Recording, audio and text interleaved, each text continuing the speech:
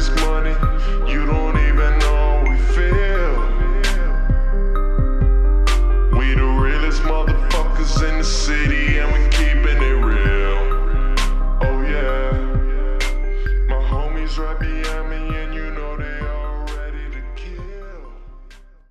I decided to do more Deadener. Went up to Audio Technics today and just picked up a little bit. So you can see got pretty good coverage back there. I put some foam in between the two layers up here and then put Deadener over it. So hopefully maybe that'll give me a little stability as far as up front. So got that going for me. Like I said,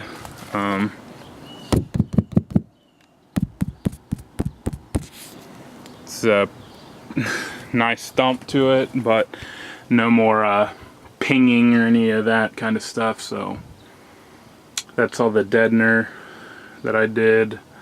Of course, it's going to be Audio Technics right there, audiotechnics.com. Had to go with that.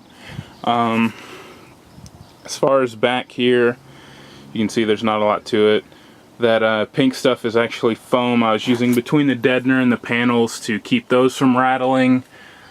Same thing over here, held in place with duct tape, but I mean, looks kind of junky from this side, but when the panels are on, it looks like it's stock, so that's no big deal. Pretty much all I got to do now is put the trim and the headliner back in, and I'm done with that, and I can get to actually putting more wire, getting the box in, that kind of stuff, the stuff y'all want to see. Alright, what's up guys? As you can see, I've got some fuses and some wire right there, that being one of the spools.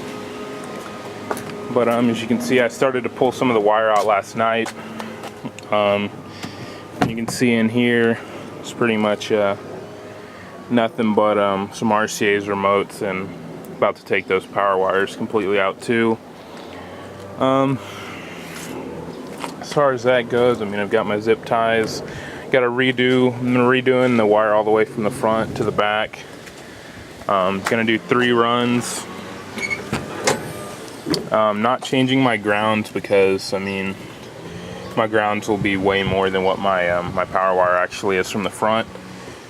So that's fine for that. I'm gonna redo a lot of this too.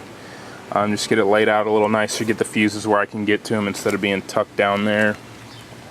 So that's kind of what the batteries look like right now. Under here.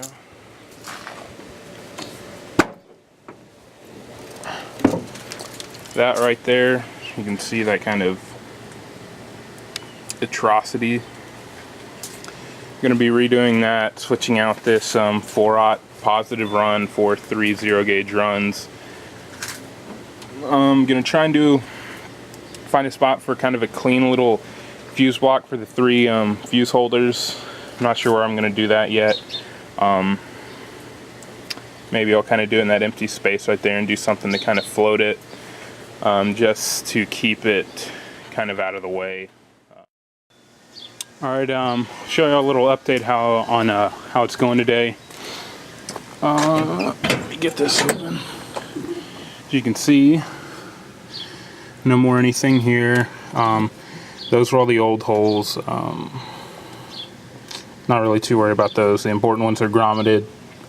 Probably have to add some more grommeted holes for the extra runs. There being the kind of distribution blocks, and all the wires kind of wrapped up and laid where they're not going to touch anything. I mean, they're wrapped up pretty good. Truck's not going anywhere, so I'm not worried about them rolling around and untaping and all that kind of stuff. They're sitting still. So here's what I've done under the hood. See, no big wire in here anymore. That red 4-aught or 3-aught, I think. I need to secure that again because I mean that was partially secured to the wire. But this is my new little fuse little setup to keep everything out of the way. As you can kind of see, I cleaned up some of the stuff there. I re-ran some of the wires around. It'll be even cleaner once it's done because I still have wires laying around. But I tech flexed the Audio Technics, little accessories. For those who don't know, the baffle is officially mounted and on there. I haven't really gotten to do any of the actual box, anything to make it look nice.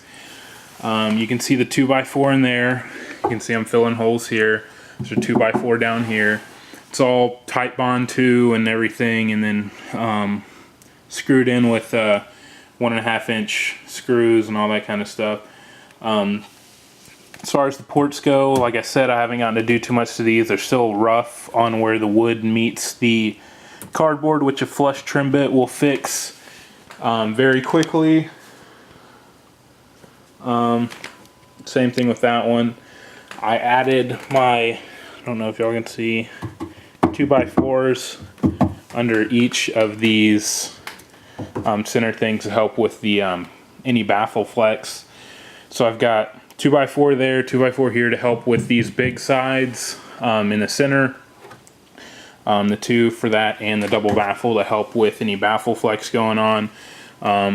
There's 45-degree resin on and around. You can see it kind of seep through right there.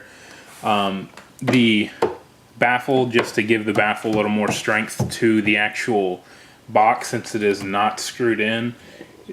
It is glued on and basically weighed down with about 300 pounds. I put all the subs in their holes when it was gluing.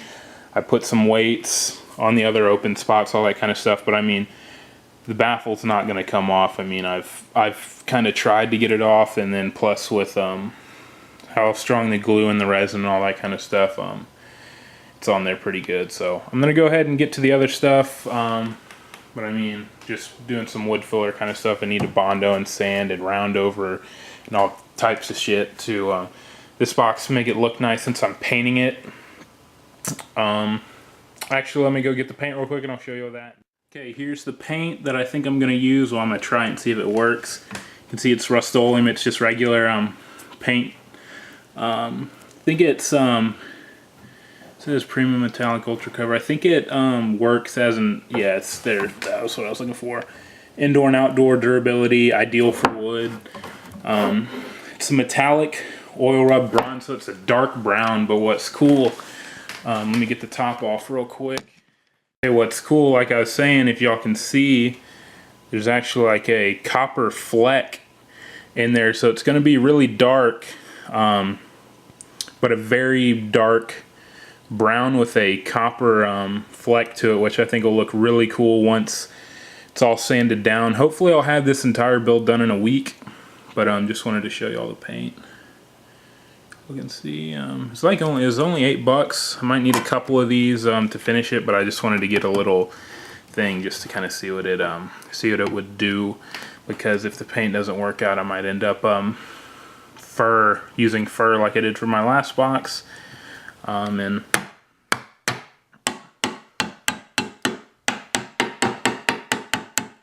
just finishing it up like that. So we'll see.